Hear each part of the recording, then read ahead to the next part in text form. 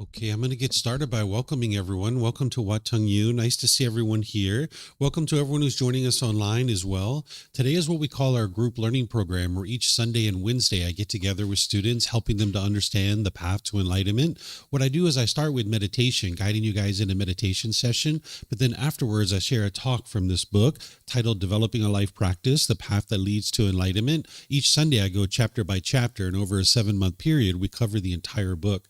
Today we're actually in chapter 19, which is titled The Difficult Human Existence, Sickness, Aging, and Death. This is where you learn about the life story of the Buddha and what motivated him to go on this journey to get to enlightenment. And then also it helps you to be able to understand why you experience difficulties and struggles when you experience sickness, aging, and death for yourself or those close to you. So I'll share that with you guys after the meditation. So I'd like to welcome all of you guys here. Welcome everyone who's joining online as well. If you'd like to join for the meditation, the way that we start this is with some chanting, and you're welcome to chant along if you'd like. We have chanting sheets over there on the cabinet.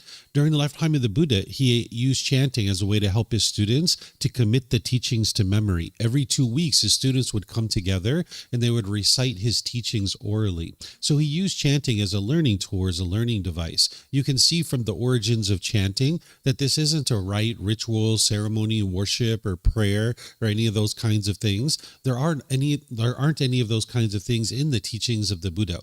Instead, he taught you to be able to train your mind. So while he used chanting during his lifetime to be able to help his students to remember his teachings, we don't actually need that now. We actually have books, audiobooks, videos, podcasts, things like this to be able to study the teachings where they didn't have that 2,500 years ago. So they just use chanting as a way to commit it to their memory. So you can see that this isn't a ritual or a ceremony or prayer or anything like that. So if you choose to chant, you're going to see that it actually helps you, and it helps to ease the mind in the meditation and get more benefit out of the meditation itself. If you end up getting one of these chanting sheets and you read the English translations, you're going to see that there's a lot of appreciation, gratitude, and respect for the Buddha. And because of that, I don't think the Buddha even created these chants himself, because the Buddha wouldn't have walked around and said, "Here, chant these chants to me out of respect for me," right? This would be ego or arrogance if someone chose to do this. This would be putting yourself above others. And by the time that you get to enlightenment, you don't have that. You think of yourself as being equal to everybody. There's not this pecking order in your mind.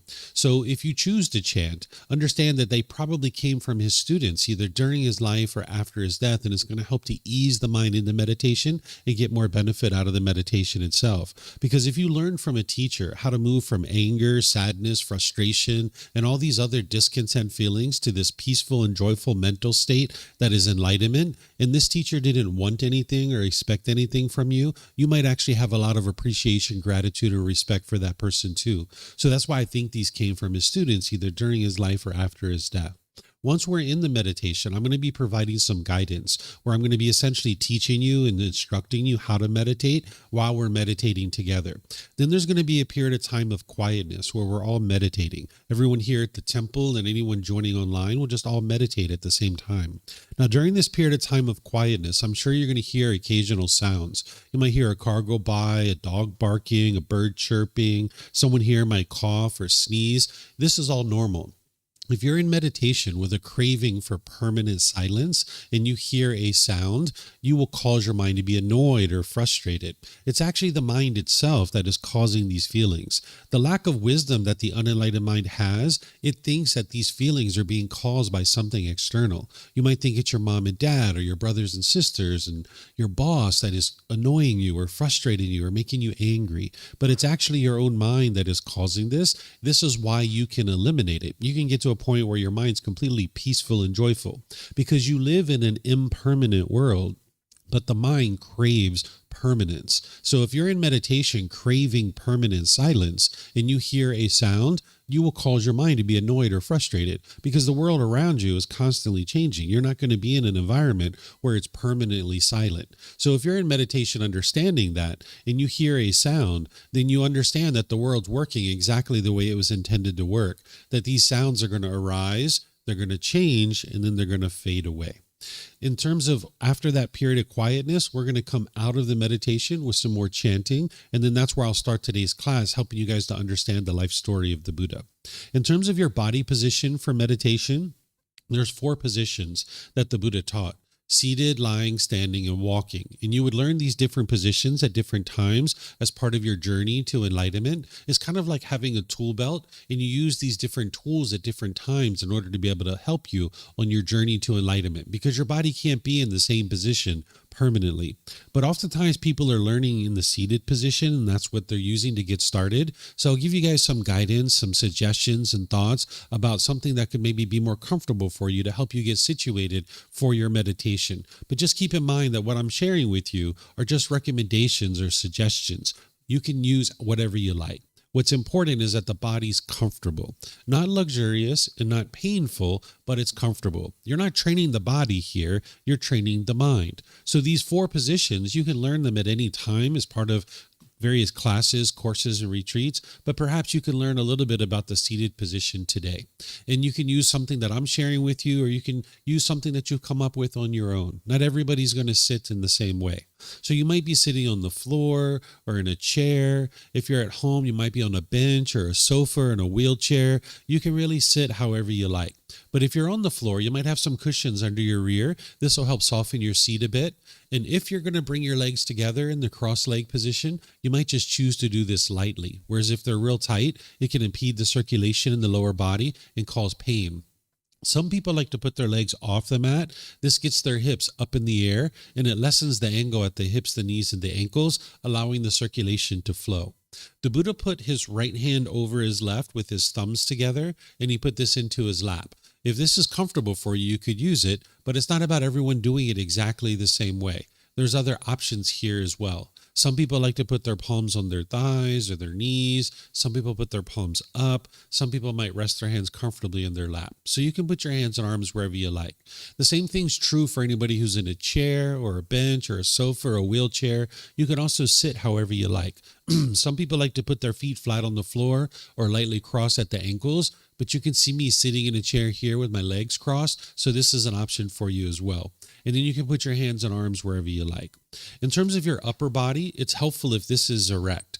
With the sternum up and the shoulders back, it'll help keep the mind attentive and alert during the meditation. Whereas if you were slouched like this, the mind would have a tendency to be dull or lethargic. But if you were real rigid, the mind could be overactive or uptight. So you'd like the mind to be attentive and alert during the meditation, because what meditation is a dedicated, active, purposeful training session where you're eliminating certain unwholesome qualities from the mind and you're cultivating certain wholesome qualities in the mind. So you'd like the mind to be attentive and alert so that you can actively train it during the meditation. So having the sternum up and the shoulders back will help you to keep your mind attentive and alert, and it'll also make it easy for you to breathe in through the nose and out through the nose. So again, I'm going to do some chanting in order to ease into meditation, and then I'm going to come back in with the guidance. So you're welcome to chant along if you'd like.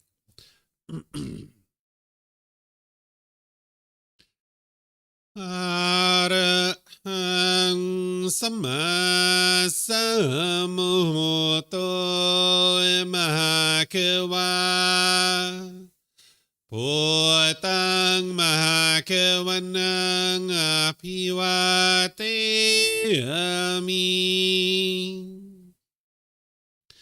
Savakato Mahakavata Tammo Dhammang Namasami Supatipano Mahakavato Savaka Sangho Sanghang Namami Namo Rasa Bhagavato Arahato Samma Sambuddhassa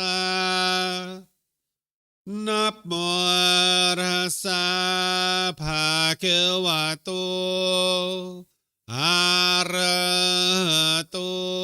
Samma Sambuddhassa Namo Rasa Bhagavato Arahato Sama Sambuddhassa Iti piso emakewa Arahang Sama Sambuddho Vicacaranang Sammuno Sakatoro Kawitu Anutero Purisa Dhamma Sati Satatawa Manusarang Poto Bhagavati.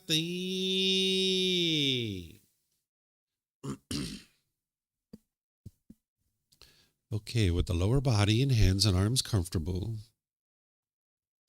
and the upper body erect, just close the eyes and start breathing in through the nose and out through the nose. Here you're just looking to establish the breath, a nice, natural, steady, consistent breath. Not forced or controlled, just a gradual inhale through the nose, experiencing the full breath.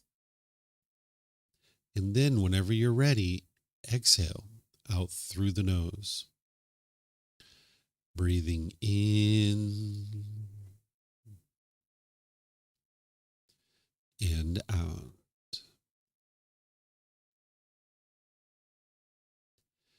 Breathing in and out.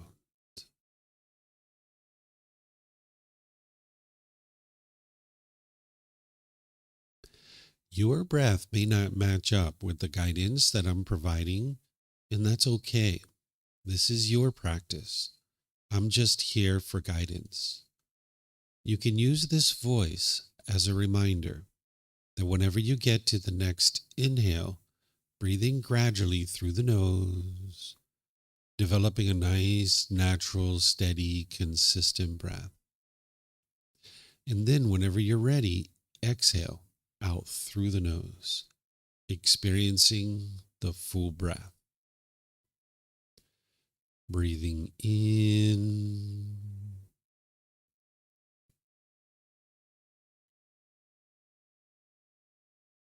and out.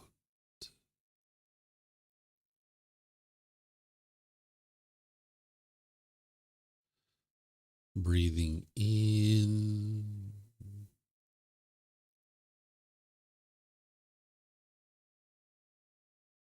and out.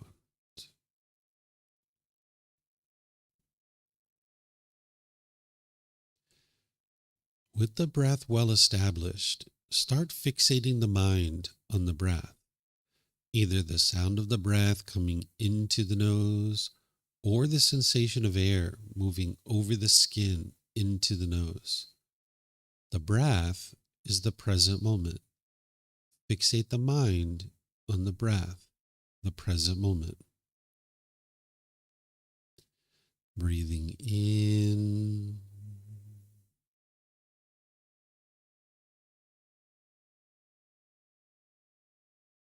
and out.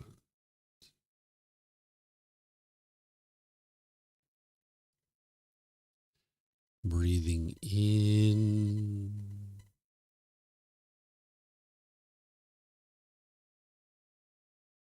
and out.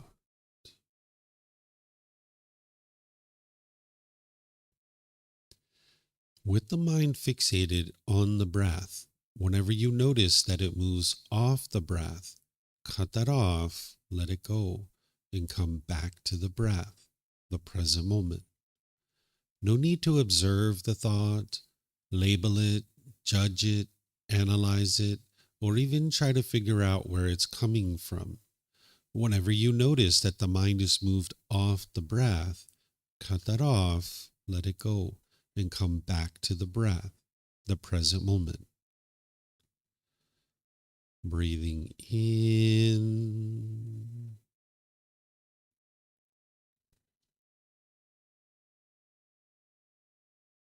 and out.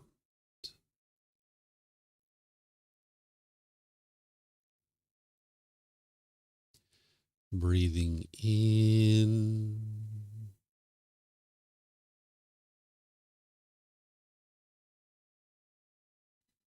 and out.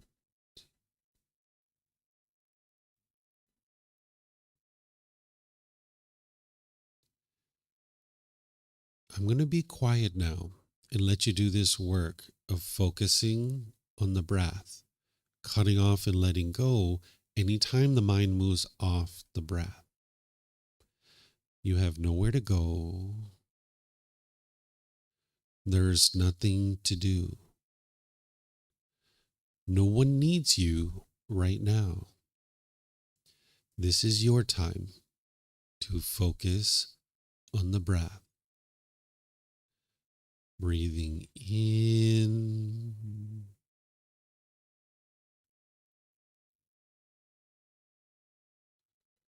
and out.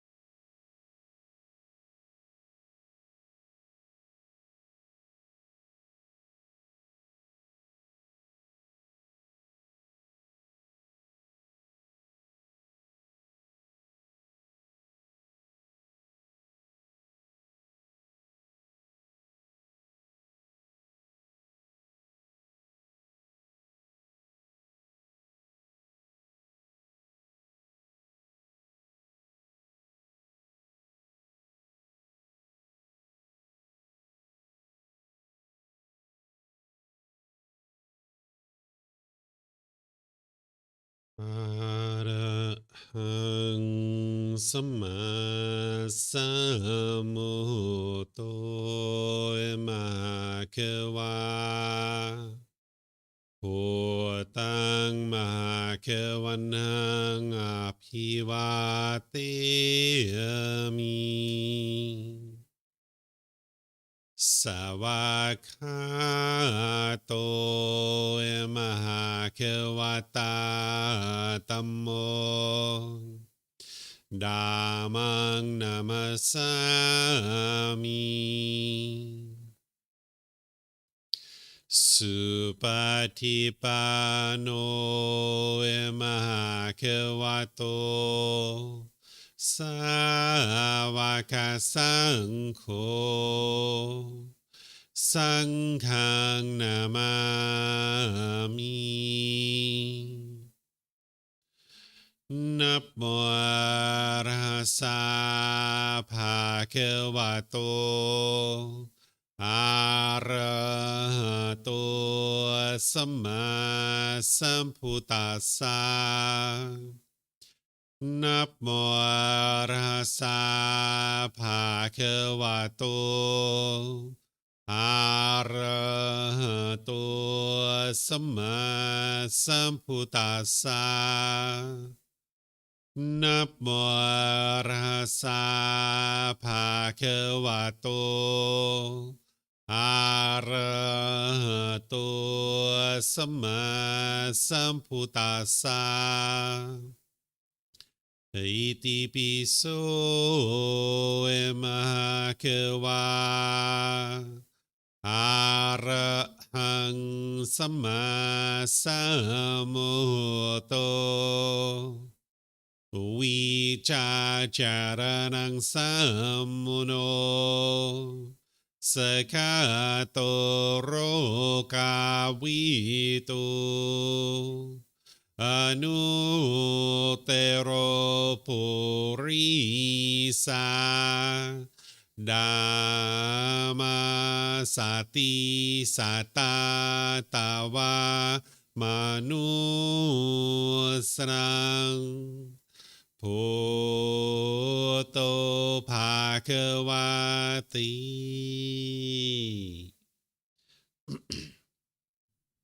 Okay, if you guys would like to slowly make your way out of meditation. Once again, good morning to all of you guys. Nice to see everyone here. Welcome to everyone who's joining online as well. This individual who we refer to as the Buddha figured out 2,500 years ago how to be able to get to enlightenment. What enlightenment is where the mind's completely peaceful, calm, serene, and content with joy. By the time you get to enlightenment, you no longer experience any discontent feelings. You will have eliminated all the causes and conditions that are producing things like anger, sadness, frustration, irritation, annoyance, guilt, shame, fear, stress, anxiety, loneliness, boredom, shyness, resentment, jealousy. All of this can be eliminated from the mind through training of the mind.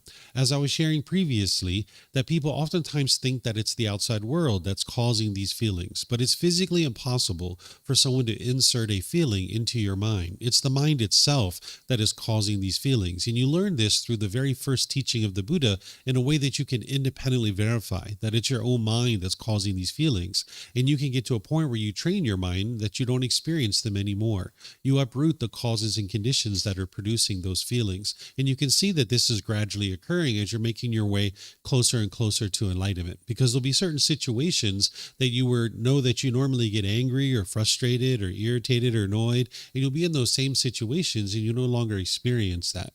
By the time you get to enlightenment, you'll notice that your mind has focus, concentration, clarity, and deep memory. The mind will be performing optimally by the time you're experiencing enlightenment. And you'll notice all your personal and professional relationships are really blossoming, that they're at ease. Because in the unenlightened state, you'll have a certain amount of bitterness, harshness, and hostility in your mind. And when you're putting that out in your relationships, it's causing harm, and therefore harm is coming back to you. And oftentimes people feel justified in their bitterness and harshness and hostility because they think it's the other person that's causing it. But in reality, it's your own mind that's causing that. And by the time you get to enlightenment, you're not doing those kinds of things anymore, where you can be loving and kind and warm and gentle with all the people around you. And because of this, all your personal and professional relationships will really be blossoming. You'll notice that you can't even be in a bad mood any longer by the time you get to enlightenment. So what I do here is I help students to be able to understand this path of how to train your mind to be able to get to this enlightened mental state. And we're at a point in this program where we're actually exploring chapter 19. Chapter 19 is titled The Difficult Human Existence, Sickness, Aging, and Death. The reason why it's titled this way is because in the unenlightened state, life can feel pretty difficult. But by the time you get to enlightenment, that's not the case. By the time you get to enlightenment, there's no more struggles. There's no more difficulties. When you're in the unenlightened state, there'll be a lot of struggles and difficulties that you'll be encountering on a day-to-day basis. But you can overcome that by training your mind, and where life it can be completely at ease and comfortable. There's no longer struggles and difficulties. So in this particular chapter, I share the life story of the Buddha. And sometimes people ask me, they say, why is it that you waited all the way to chapter 19 to be able to share the life story of the Buddha? Should it not have been like chapter 1? Well, the reason why it's chapter 19 is because during the lifetime of the Buddha, people asked him, they said, what's the best way for us to respect you? And he said, well, if you're interested in respecting me, it would be wise to learn and practice my teachings. If you learn and practice my teachings, that's the very best way to respect me. So knowing this, the whole first part of the book, I focus on sharing the teachings of the Buddha that are going to help you to get started and to be able to transform your mind to get to this enlightened mental state. And then by the time you get to chapter 19, I start sharing his life story to be able to help you understand a bit about his life, because it is helpful to understand his journey to enlightenment and certain things that he encountered on the way, because it's going to help you in your journey to enlightenment. So this sickness, aging, and death are situations where a human being typically has a lot of difficulties and struggles in their day-to-day life. You might experience whether it's your sickness, aging, and death, or the people around you that are close to you. And these were motivators towards helping the Buddha to be able to go on this journey to enlightenment. So I'm going to share with you this life story of the Buddha, and then I'm going to open up to any questions that you guys have related to his life story.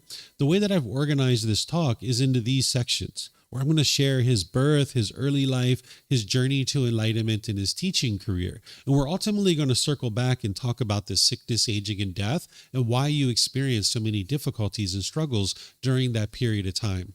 Now, normally when I'm teaching, I will teach for like 15, 20, 30 minutes, open up for questions. I'll teach another 15 or 20 or 30 minutes and open up for questions. But with this particular topic, I found that it's best to just teach the entire life story of the Buddha and then open up for questions at the end. So that's what I'm going to do today. When we get to the question period, if you have questions, we have microphones here in the white bowl in the center of the room. We also have some up here as well. If you would like to ask a question, just get a microphone, take it back to your seat, press the gray button. You're going to see the lights come on, and you can hold this up to your chin, and we'll be able to hear you here at the temple, and they'll hear you online as well. If you speak here without a microphone, they won't be able to hear you online. And then you can keep these microphones with you, because you might have more than one question, or someone around you might have a question, and you can just share the microphone with them. And if you're not using it, if you could turn it off, that'll be helpful so we don't get feedback through the speakers. For anybody who's online, whether you're in Facebook, YouTube, or in Zoom, if you have questions, you can put that in the comment section. I'll be able to see that. Or in Zoom, you can electronically raise your hand, unmute your microphone, and ask any and all questions that you like.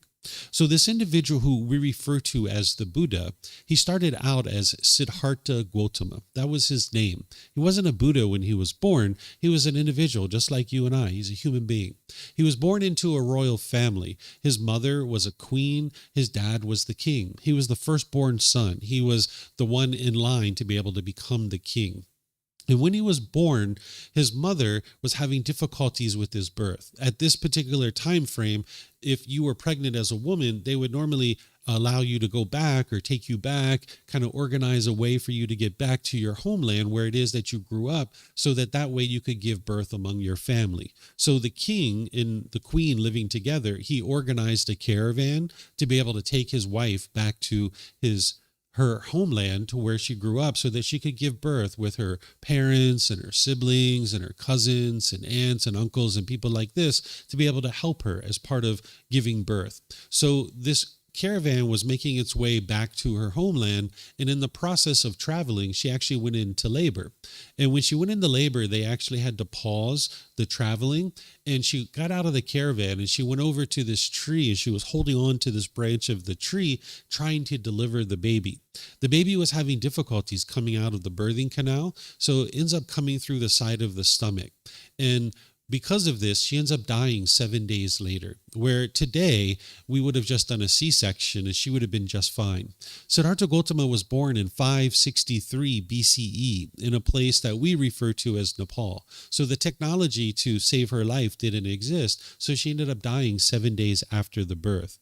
And because this wasn't uncommon, that sometimes women would often die, and even the child could sometimes die during childbirth, they had protocols in place for these kinds of things. That if, as a woman, if you died during childbirth and your children lived, then your brothers and sisters would adopt your children as their own. So Siddhartha Gautama's mother had an older sister who adopted him as her own child. So his aunt became his stepmother, and she raised him as her own child. It's said that at the time of his birth, there was a certain miracle that happened. I don't think this is actually true, but I'll share it with you because it's in the original teachings, and you'll see this if you read it. What it says is that when he was born, he walked immediately right after he was born, and he took 7 steps. And as he stepped, there were lotus flowers that were blossoming under his feet, and he spoke and he said, "This will be my last life." I don't think this part of the story is true, because oftentimes what happens as stories are handed down from one generation to the other, when someone has done something as significant as a Buddha, people kind of embellish the stories. Well, we don't need to embellish the story of a Buddha, that they've already done something very significant, that we don't need to embellish their life story. But I think that's what occurred, because if this part of the story was true, the next part of the story wouldn't actually be needed. The next part of the story is that the father, being the king, was interested to know what his son was going to become. So he summons advisors or fortune tellers to come and advise him what his son was going to become. Well, if your son is born and they're walking right away and lotus flowers are blossoming under their feet and they're talking from day one, from moment one, you don't need anybody to tell you that this child's pretty special, right? But instead, this is what occurred, right? So that's why I don't think that part of the story is true, but it doesn't really matter. So he summoned 108 advisors, that there was these 108 advisors that came to advise him what his son was going to become. And 107 of those advisors shared with him that his son was going to be a great monarch, a great ruler. He was going to rule over his kingdom and expand his kingdom far and wide. So his father was like, "Oh, that's my boy. All right, yeah." Right? But there was this one advisor who came in and he apologized to the king and he says, "Sir, I'm so sorry to share this with you. I heard the other advisors and they're 100% accurate that your son is going to be a great leader, but he's not going to be a monarch. He's not going to rule over your kingdom, and he's not going to expand your kingdom. And instead, he's going to be a spiritual leader." And the father didn't like this. So he decides that he's going to sequester his son in the palace and try to kind of woo him into the ways of being a monarch, that he lavished him with all these gifts that you could imagine that a rich royal father could give their son. He was trying to get him hooked to this lifestyle of being a king. So he gives him these great fabrics to wear as clothing. He gives him amazing food. He gives him entertainment. He has beautiful women bathing him and taking care of him at every moment. He gives them everything, jewels and riches, things that a rich royal father could give their son. And he was trying to get him hooked to this lifestyle of being a king, that he felt like he could never go off and be a spiritual leader because he wouldn't be able to get this style of life any other way. So for 29 years, he lives his life this way, where he's living in the palace and he's being lavished with all these gifts and living this luxurious lifestyle. At the age of 29, he realizes that he's about to become the king, because during this time frame, you would become the king at the age of 30, and your dad would retire, and now they would be alongside of you to guide you, to help you to understand how to be a better and better king.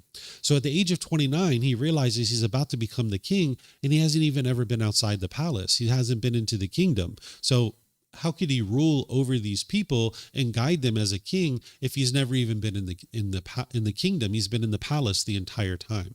So at the age of 29, without his father knowing and against his wishes, he actually went outside the palace, and he took with him his royal attendant. This is like his chief of staff, his main confidant. And he takes this person with him, and he goes outside the palace.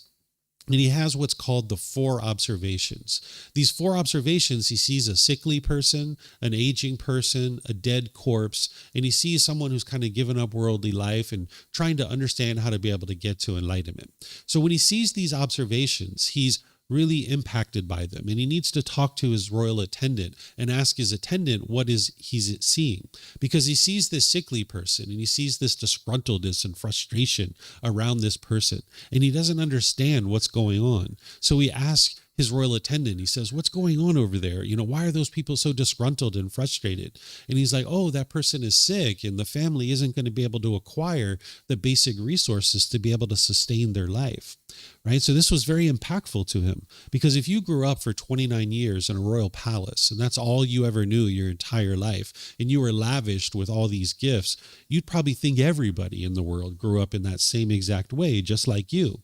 But now he was confronted with this experience where he saw somebody was struggling in life and they were having difficulties to be able to acquire the basic resources to sustain their life, like food, clothing, shelter, and medical care. And then he sees an aging person, and it's pretty much the same thing, that there's this disgruntledness and frustration around this person, and he needs to ask his royal attendant, like, "What's going on over there?" And he's like, "Oh, that person's gotten old. They're not going to be able to work and be able to acquire the things that they need in order to be able to sustain their life so easily." Then he sees a dead corpse. In this dead corpse, the family was grieving and sorrowful and sad. And he asks his royal attendant, like, "What's going on over there?" And he's like, "Oh, this person has died, so therefore the family is not going to be able to easily sustain their life because they were one of the people that was helping to sustain the family." And this is very impactful to Siddhartha Gautama, because he lived this life of luxury, not realizing that people were struggling in the world. So then he sees this roaming ascetic, somebody who's off meditating, and he needs to ask his royal attendant, like, "What's that person doing?" And he's like, "Oh, that person over there, that person's trying to figure out all of this. They're trying to figure out why we experience sickness, aging, and death, and why we experience frustration and agitation during these periods of time." So Siddhartha Gautama decides that's what he's interested in doing. He started looking at the kingdom as being full of misery and despair, and he wasn't interested in ruling over misery and despair. So he decides he's going to leave from the royal palace and try to figure out why people experience sickness, aging, and death, because he felt like that would be the real way that he could actually help people. He wasn't interested in ruling over this kingdom. So at the time, he was married and he had a young infant son, and he goes back to the palace, and it's nighttime and they're actually sleeping. And he decides he's going to leave in the middle of the night. He didn't understand his mind as much as he would by the time he got to enlightenment, but he understood his mind enough that he felt like if he woke his wife and his young child up and said goodbye and hugged them and kissed them and all that kind of stuff, that he wouldn't be able to leave. He felt like his mind wouldn't be able to just leave and go off on this journey to be able to figure out how to help people. So instead of waking them up, he decides to just kind of look in on them and then just kind of leaves in the middle of the night. And he takes with him his favorite horse and his royal attendant, and he leaves out of the royal palace. He eventually gets to a point where he lets his horse go and he lets his royal attendant go, tells him that, "Hey, you've been great. I really appreciate all that you've done, but I don't need you anymore. I'm going to go off on this journey by myself." And he cuts off his hair. At this time, he has this long, beautiful, flowing hair, because this is how they would know that you're a member of the royal family. That today, if there's a certain royalty or monarchy, we might put their pictures all over the kingdom, or we might put their picture on the money, and this is how we know who the king or the queen is. But during the lifetime of the Buddha, they didn't have that particular technology. So the way that they knew that you were a member of the royal family is that you would grow this long, beautiful, flowing hair. And if you went out into the kingdom and you had this long, beautiful, flowing hair, they knew you were a member of the royal family, because the average person was too busy working in the fields, working in shops, doing all this labored work, and you wouldn't have the time to take care of this long, beautiful, flowing hair. It would get all knotted up and tangled. But the royal family had servants that could comb their hair, brush their hair, shampoo their hair, detangle their hair. They could take care of this long, beautiful, flowing hair. So if you went out into the kingdom with long, beautiful, flowing hair, they knew you were a member of the royal family because you had the time to sit back and have people take care of your hair. So by him cutting off this long, beautiful, flowing hair, it's like, I'm never going back. I'm never going back to the royal palace. I'm never going to assume the throne. Because after having grown this hair for 29 years, it would be very challenging for people to think that he was the king if he didn't have this long, beautiful, flowing hair. So he goes off on this journey to be able to figure out how to get to enlightenment. So he takes up training with two different teachers. The first teacher, he studies with this person for about a year, and this person is teaching him to hang himself upside down from trees, to lay on beds of nails, to pierce his body with metal implements, and to starve himself. And he does this kind of stuff for about a year. The thought was that if you could cause pain to the physical body and you could overcome that pain in your mind, that you would get to enlightenment. So he was doing all these types of practices. And at the end of 1 year, his teacher came to him and said, hey, you've mastered my teachings. There's nothing else for me to actually teach you. And Siddhartha Gautama realized his mind wasn't any more peaceful than it was when he was in the royal palace. So he left from that teacher and he went to another teacher. And the second teacher essentially was teaching him the same things, hanging himself upside down from trees, laying on beds of nails, piercing his body with metal implements, starving himself. So he did this for an entire year. And now this teacher did the same thing. He came to him after that 1 year and said, hey, you've mastered my teachings. There's nothing else for me to teach you. And he realized his mind wasn't peaceful. It wasn't joyful. He hadn't gotten to enlightenment. So he was frustrated with this whole thing, feeling like he had wasted 2 years of his life. And he goes off into the forest by himself and decides he's going to try to train his mind on his own. So when he goes into the forest, he only knows how to do the same things that these people were teaching him to do. So he continues to do these types of things. He took this so far that he was eating just 1 grain of rice per day. This is how he was sustaining his life.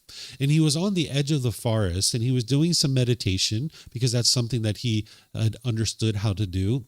And he was meditating, and he was basically skin and bones at this point. He was like on death's doorstep, that he was only eating 1 grain of rice for so long that his body was, basically malnourished, and he was unable to be able to potentially sustain his life for much longer. So there was this young daughter and this mother who come by and they see the Buddha, and he's not a Buddha yet. He's still training his mind, but they see Siddhartha Gautama sitting there on the edge of the forest meditating, and he's on death's doorstep, and they can tell that this person is about to die, and they beg and plead with him to eat some rice, and he reluctantly accepts this rice because he feels like he's given up on the path to enlightenment, because everything that he understood from before was that he had to disparage the body in order to be able to get to enlightenment. So he reluctantly accepts this rice, and he starts to eat this rice, and he realizes in this moment that there's this middle way, that when he was in the palace, that he was living this life of luxury. He had all the pleasures that you can imagine. But when he left from the royal palace, he swung all the way to the other side, where he was eating 1 grain of rice per day. And he realized that none of these two extremes actually produces enlightenment. So this is where he starts coming up with what's called the middle way, where he starts eating in moderation and he starts doing things in moderation. And ultimately, over the next 4 years, he figures out how to get to enlightenment. It was a total of 6 years, but those next 4 years were really impactful for him because he started to now train the mind instead of disparaging the body. So over this 4-year period, a total of 6, he figures out how to get to enlightenment, and he knows he's enlightened because his mind's completely peaceful, calm, serene, and content with joy. He doesn't experience discontent feelings. All that anger, sadness, frustration, and others completely eliminated from the mind. He notices that his mind's completely focused, concentrated. He has clarity and deep memory. So he realizes that his teachings are very different than anything that anybody else was teaching at the time. So he was considering teaching, but he wasn't sure whether the world was ready to be able to learn these teachings or not, because it was so vastly different than what everyone else was teaching, because they were teaching to hang themselves upside down from trees and things like this. So he goes and he hangs out at this tree in northeast India. And he hangs out at this tree for 7 weeks, contemplating whether or not he should actually share his teachings or not. So ultimately, he does decide that he's going to share his teachings. And he goes back to the place where he was studying with those first two teachers. He travels back there and he encounters four of his previous classmates and one of his previous teachers.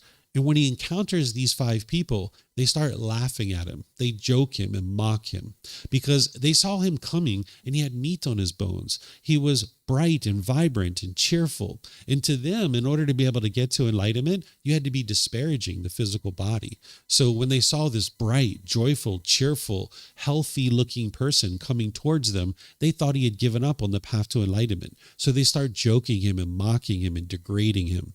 But by the time you get to enlightenment, those things don't affect your mind. Your mind is completely peaceful and joyful. It doesn't matter if somebody says something like that, you wouldn't be affected by it. So he just comes over to where they're at. He sits down on the ground and he takes his hand and he touches the earth.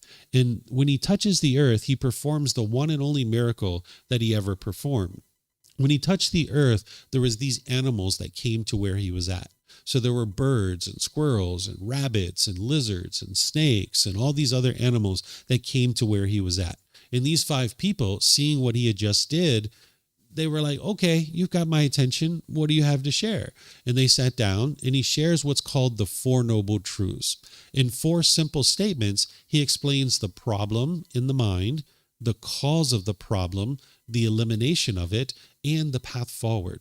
And the way that the teachings of a Buddha work is that they're independently verifiable, that they're not based in belief. So in that particular talk, in that discourse, the students were able to see that he had indeed figured out how to get to enlightenment. Because in those four simple statements, he explained to them what is the problem in their mind, the cause of that problem, the elimination of it, and the path forward. The problem that he discovered is that the mind is discontent. It experiences anger, sadness, frustration, irritation, annoyance, all those feelings. That's a problem for the unenlightened mind, because when your mind's all shaken up like that, you can't make wise decisions, and it produces unwholesome results for you in your day-to-day life. The cause of that problem, which is the second noble truth, is craving, desire, attachment. The mind has longing, yearning, and it chases after the objects of its affection. It's craving for things to be permanent, when in reality, everything around you is impermanent. It's constantly changing. With the mind's craving for permanence, if the mind gets what it wants, it experiences happiness, excitement, elation, some pleasant feeling. But if the mind doesn't get what it wants, it gets painful feelings like anger, sadness, frustration, and others. The elimination of this is that if you eliminate your craving, desire, attachment, the longing, the yearning, the chasing after the objects of your affection, you can eliminate the discontentedness. And the fourth noble truth is the way to accomplish that is the Eightfold Path. That's the complete, perfect plan that's going to guide you in how to actually transform your mind. So if a teacher walks you through these Four Noble Truths, it usually takes me about 45 minutes to an hour to teach that. If a teacher walks you through that and you independently verify it, you can see for yourself that it's your own mind that's causing these feelings. That has nothing to do with disparaging the body. It has nothing to do with the outside world, external circumstances. That's not what's causing the discontentedness. So these first five students could see that, and they could independently verify it through their own experience that it was their own mind that was causing these feelings. So they became the first five students. And from that point forward, as Siddhartha Gotama taught from the age of 35 until he died at the age of 80, this 45-year period, there were countless people that were getting to enlightenment. And they knew that they were able to get to enlightenment because they could see with the quality of their mind that it was constantly improving and that their life was gradually improving as well. So he does die at the age of 80. He ends up dying from old age. You'll hear sometimes people tell you that the Buddha died from eating a poisonous sandwich, that he was at a party and there was a poisonous sandwich on the table, and that he knew it was a poisonous sandwich and he didn't want anybody else to eat the poisonous sandwich, so he ate it instead.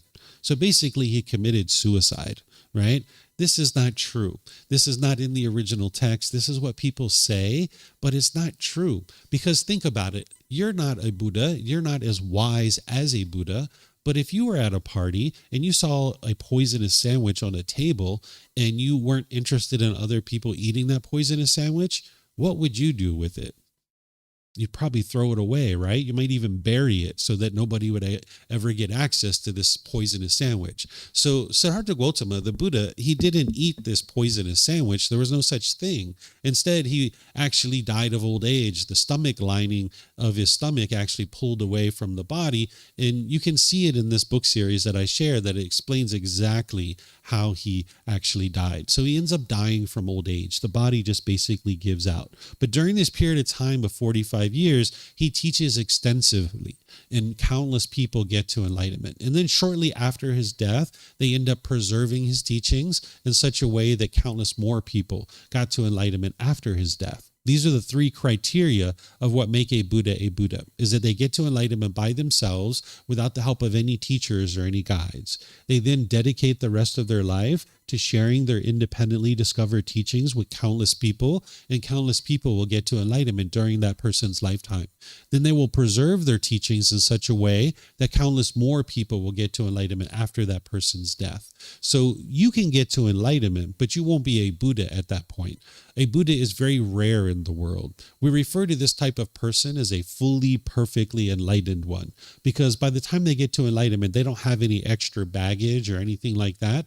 They spend the rest of their life illuminating the path, making it very clear for others about how to actually get to this enlightened mental state. Where the average person who gets to enlightenment, they'll still have a little bit of extra things in their mind, like maybe a certain meditation that they're doing that didn't really contribute to their enlightenment, but they're actually doing that particular meditation, even though it didn't contribute to their enlightenment. Where a person who gets to enlightenment by themselves as a Buddha, if they try a certain meditation and it's working to improve the condition of their mind, they know that that's the path to enlightenment. But if they try a certain meditation and it's not working to improve the condition of their mind, they will discard it, so that by the time they get to enlightenment, what they know is the path to enlightenment. And then they spend the rest of their life illuminating that path, making it very clear for people of how to actually get to enlightenment. So this is the life story of this individual who we refer to as the Buddha. He was born in 563 BC. He died in 483 BCE.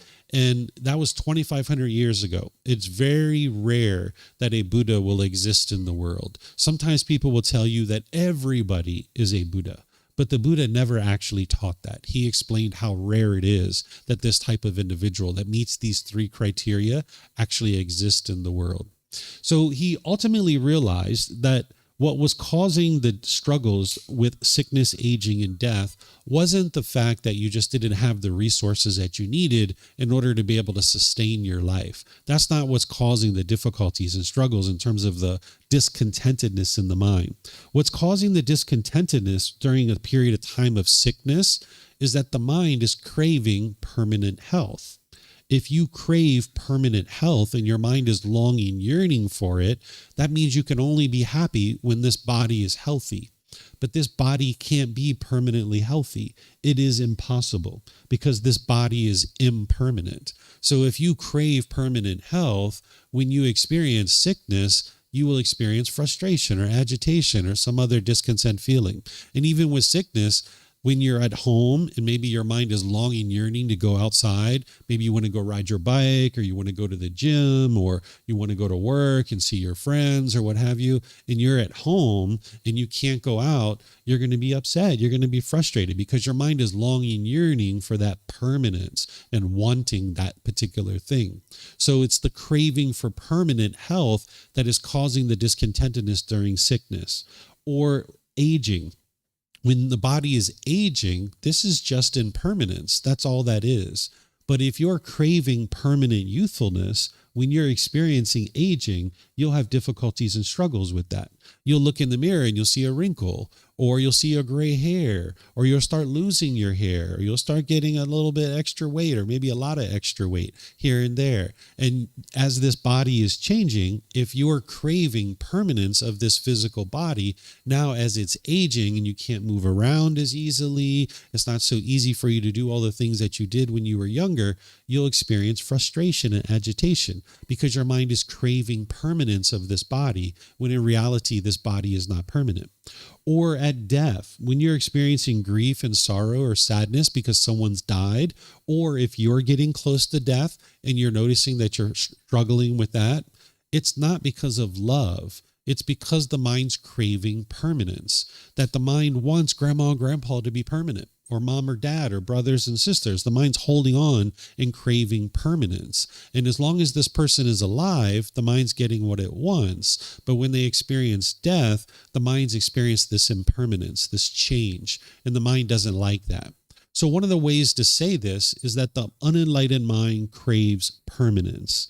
Or another way to say that is that the mind does not like impermanence. It doesn't like change. When things are changing in your life, that's a real difficult time. That's a real struggle for the mind. And death is one of the biggest changes that you can experience in life. So you can look at your life and verify this, because when you're changing things in your life, that's where the real difficulties and struggles are. Like if you're changing jobs, or you're changing living locations, or your relationships are changing, those have been some of the biggest challenges in your day-to-day life. So it's whenever the mind is experiencing change that the mind really struggles with this. And the Buddha figured this out as part of the journey to enlightenment, and he figured out how to train the mind where it's understanding of impermanence and it's not craving this permanence. And you can train your mind to get to the point where you're not holding on and craving permanence, because things are impermanent. Things are going to be constantly changing in the world around you. There isn't a permanent thing in this material world. Things are going to be constantly changing at all times. So the Buddha figured out that the sickness, aging, and death, the reason why people struggle with that, whether it's your own sickness, aging, or death, or others, is that the mind is craving permanence. But you can change this. You can transform that. And that's what his teachings actually help you to be able to do. So I'm just going to stop here and see if you guys have questions on the life story of the Buddha. Is there anything you guys would like to ask? Remember, we have microphones there. We have some up here. And then online, you guys can put that into Facebook, YouTube, or Zoom in the comment section, or you can raise your hand in Zoom electronically and ask any questions that way. Anybody have any questions? Diego, you have a question? Yeah.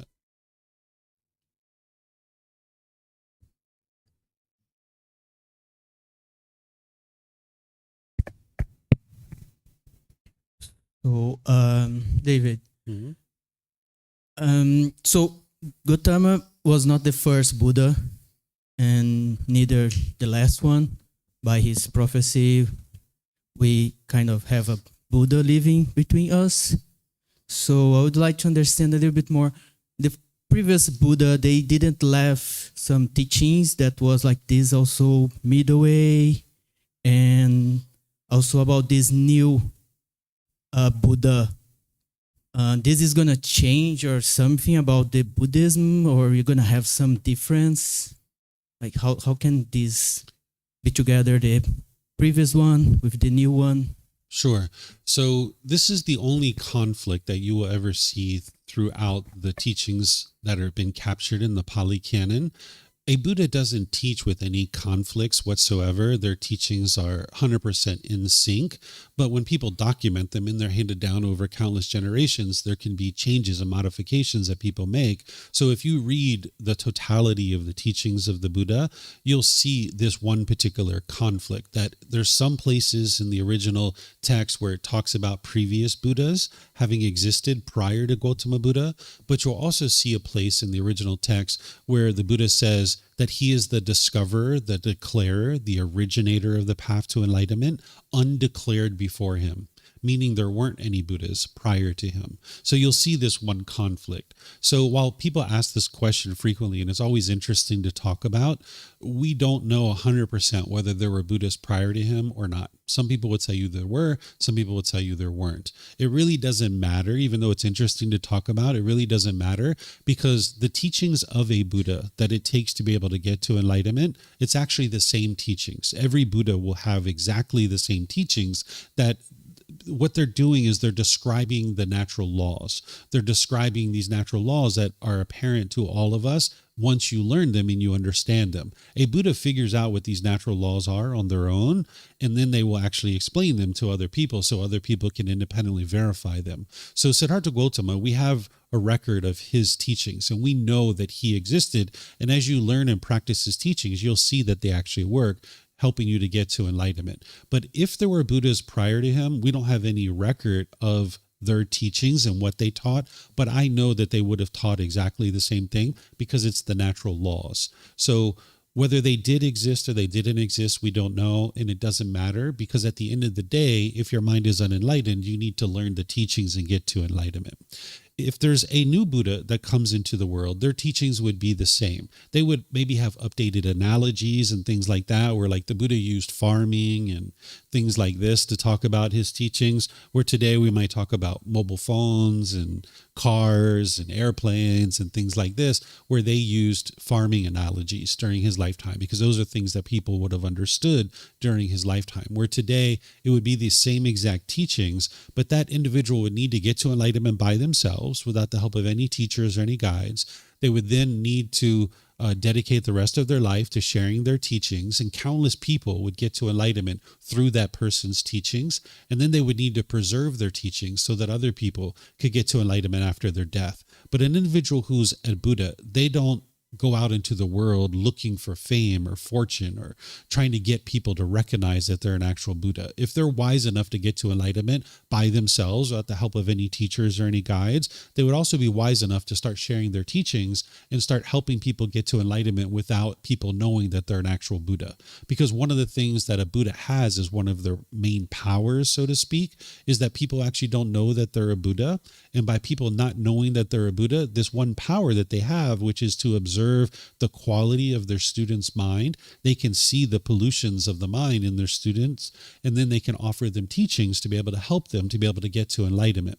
So a Buddha is actually using that in order to be able to help countless people to get to enlightenment, because they can observe the quality of their student's mind and then help them with teachings. Whereas if everybody knew who a Buddha was, let's just say there's like some outward characteristic.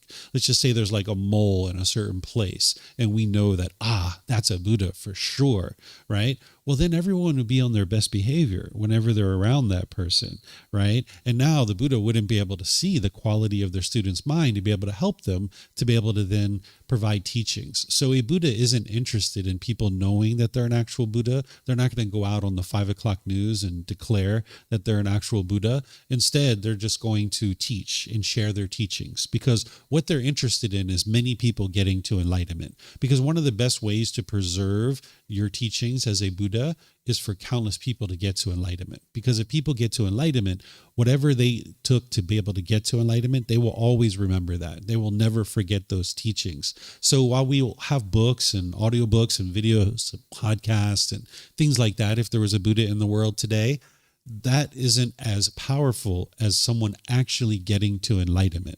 If someone actually gets to enlightenment, now the wisdom of how to get to enlightenment was within their mind, and now they're able to teach it to other people. So a Buddha would be more interested in seeing people get to enlightenment. They wouldn't be interested in other people knowing that they're an actual Buddha, because then they can preserve this quality to be able to help people to be able to get to enlightenment. I thought the question you were going to ask is one that people often ask, is they say, did the Buddha ever go back to his family? Did he ever go back to see his wife and his son again? Does anybody have that question? Would you guys like to know the answer to that? Yeah. So he ends up going back to where he was in the royal palace and where he grew up. His wife ends up ordaining with him and becomes a student. His son ends up ordaining with him and becoming a student. His stepmother, his aunt, becomes a student of his. So many people came from the royal family to actually be a student that his father actually came to him and begged and pleaded with him to stop ordaining people from the royal family, because his father was attached to the royal family. He thought that the royal family was going to fall apart if he kept ordaining people. And ultimately it did, of course, right? That royal family no longer exists, right? Because it was impermanent. But the father was holding on and craving permanence. So he begged and pleaded with the Buddha to stop ordaining people from the royal family. So from that point, the Buddha implemented some guidance that if you would like to become ordained, you had to have the approval of your family. So if you were at home living with mom and dad, they would have to approve that you could ordain with him. Or if you were married, you would need to have your wife or your husband's approval or your children's approval to be able to ordain in order to come learn with him. So he did go back to his family. Sometimes people think that he abandoned his family and he never went back to his family. And they think that this is the way that you're going to get to enlightenment. You don't have to leave your family in order to get to enlightenment. You can live a household life. You can have a life partner. You can live with other people. You don't have to go off into the forest. That's what a Buddha does. They go off by themselves and they figure out how to be able to get to enlightenment on their own. But for you, you can live the current life that you have. You're just going to need to prioritize training your mind and finding ways to be able to get the teachings that you need in order to be able to train your mind. And I suggest you guys start with this first book. This is the best place to start. You can actually get this for free. You can download it from our website. You can take it and go print it. You can get printed versions here by reimbursing us for the printing cost, or you can get it on Amazon. So that's the best place to get started. And you can learn in this program and other programs as well. So the Buddha did spend time with his family. He interacted with them. They were actually getting to enlightenment. You can see in the original text that his wife got to enlightenment, his son got to enlightenment, his aunt got to enlightenment, and many other people around him was getting to enlightenment. Yep. Any other questions? Yeah. You have a question, Bart? Thanks. I just have a question about the teachings of the Buddha and how they were passed down. Basically, when were they? Well, first of all, who wrote the Pali Canon? How did these become kind of documented in this one collective text? And how do we know they're really the original teachings and they haven't been altered or changed in certain ways? Sure. So by the time the Buddha died, there were countless people that had gotten to enlightenment. And by the time you get to enlightenment, you'll never forget what it took for you to get to enlightenment. It's like you've upgraded the operating system in your mind, and that wisdom is imprinted in your mind. You know exactly what it took for you to get to the enlightened mental state. So by the time he died, there were countless people that had gotten to enlightenment. But 500 of them got together shortly after his death, within the first 3 to 6 months, and they start to talk about documenting his teachings. Because the technology to write things down didn't exist during his lifetime. It actually existed in China, but it hadn't made its way to that region of the world yet. Just like technology today slowly rolls throughout the world, it was even slower back then. And you might not see writing things down as technology, but 2,500 years ago, that was technology to be able to write things down. So by the time he had died, that technology did make its way to that region of the world. So these 500 people got together and they all agreed on what it was that he actually taught. And they started to document his teachings and write this down. So we've had 2,500 years of history. We refer to this as the Pali Canon because the version that we have, which dates back to about 12 to 1,300 years ago, is in the Pali language. So we know that there was some documentation prior to that they started right after his death, and that took us all the way to the point where we now see the Pali Canon, that the Pali Canon originates about 1,200 to 1,300 years ago in the Pali language. So it would be naive of us to think that there was a document that was created 2,500 years ago and it hasn't changed that entire time, because we understand the universal truth of impermanence, that of course this document has changed. The natural laws haven't changed. Those are the same. But the documents and people's memories and their thoughts about the teachings, that has all changed. So we know that what's in the Pali Canon, not everything in there is what the Buddha actually taught. But also not everything the Buddha taught is actually in the Pali Canon too. So while it's the largest, most complete collection we have of his teachings, it's not everything he taught. And not everything that's in there is actually from him. So the way that you cut through that impermanence to be able to know what's true and false is you don't believe any of it. When you're reading these books, when you're learning from a teacher like me, you don't believe anything. You need to be able to learn, investigate, and examine the teachings, whether they're in written form or otherwise. You then reflect on those teachings to verify if they're true or false, and you can independently verify it. And then you practice it. You integrate it into your day-to-day life, training your mind through those teachings. And that's where you'll cultivate the wisdom to know what's true and what's false. So for example, like the universal truth of impermanence, you've learned that with me before, right? You see how I walk you through the learning, the reflection, and the practice. The same thing with meditation and all these other things that we teach you. You can't believe any of it. You need to be able to learn it, reflect on it, and practice it. And as your mind's becoming more and more peaceful, more and more joyful, you see your relationships are improving, you'll know that these are the teachings that are actually leading to your enlightenment in this collection of teachings. So that's how you cut through that impermanence, because we know it's happened. It's just a matter of making sure you cut through it. And the Buddha taught this too. He taught about how his teachings were going to be changed over time. Because you asked about a new Buddha. He talked about how his teachings would go through these 500-year cycles, and his teachings would slowly deteriorate over time.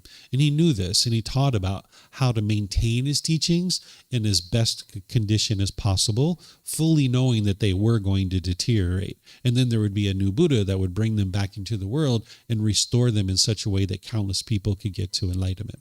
So this is where they originate from, and this is how you cut through that impermanence that we know that's happened. Because there's these natural laws, and then there's all these materials that are pointing to the natural laws, but you need to learn, reflect, and practice to see the truth for yourself of what are those natural laws. And that's where you cultivate wisdom, and that's what it means to awaken or to be awake, is to cultivate wisdom of these natural laws so that you know the truth and you can see what is true and false about these natural laws. Yeah, you're welcome. Okay, I don't see any other questions anywhere. I don't see any online either.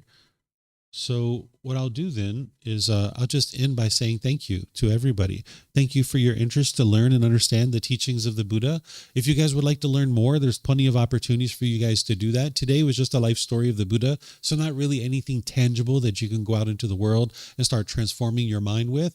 But nonetheless, it's an interesting story to know, because you can see that hanging yourself upside down from trees and laying on beds of nails, disparaging the body doesn't produce enlightenment. Because you can go to some places today where when you're meditating and your hips hurting or your knees hurting, they'll say, oh, just breathe through it.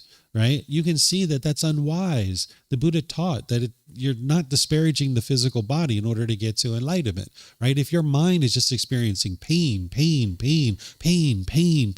how could you ever train your mind to get to enlightenment, right? So this is helpful as part of his life story. So the last thing I'll share with you guys here as part of this is this quote that I usually share, is no one ever said life would be easy, but it's also not supposed to be tough. Learning Gotama Buddha's teachings is not easy, but learning and practicing the teachings of the Buddha will ensure that life is not tough. So this difficult human existence that you experience in the unenlightened state, where you're having stress and anxiety and guilt and shame and fear and anger and all these other feelings, that's just because the mind lacks wisdom. It's untrained. So life, nobody ever said it was easy, but it's not supposed to be tough either. Learning and practicing these teachings, training your mind and cultivating wisdom, it's not easy, but it's going to ensure that your life is not tough, because you can train your mind to get to the point where it's completely at ease. So there's options for you to be able to learn that. Like I mentioned, there's the book, there's classes, courses, retreats. You can see this on the bulletin board over there. You can also see our website. You'll see options of being able to learn and practice the teachings. Everything's available for you at no cost, whether it's the learning materials of books, audiobooks, videos, podcasts, whether it's personal guidance, classes, courses, retreats. If you're interested in experiencing this peaceful and joyful mental state, there's help for you. You just need to decide you're done with the anger. You're done with the frustration. You're done with the broken relationships. You don't like this. You don't enjoy that feeling any longer, and you would like something better for your life. And that's what the Buddha is teaching you, is this better way of life. There's not rules and commandments. It's not belief. It's not rituals and ceremonies. It's about doing this inner work of growth and development, becoming a better and better individual. It's essentially a self-help program. And there's a teacher that's going to serve as a tour guide, pointing out for you the things that you need to be able to learn and understand. So whatever you choose to do today, have a very lovely and wonderful rest of your day. Perhaps we'll see you guys in one of these future events. Take care and be well. Sawadee khap. Sawadee khap.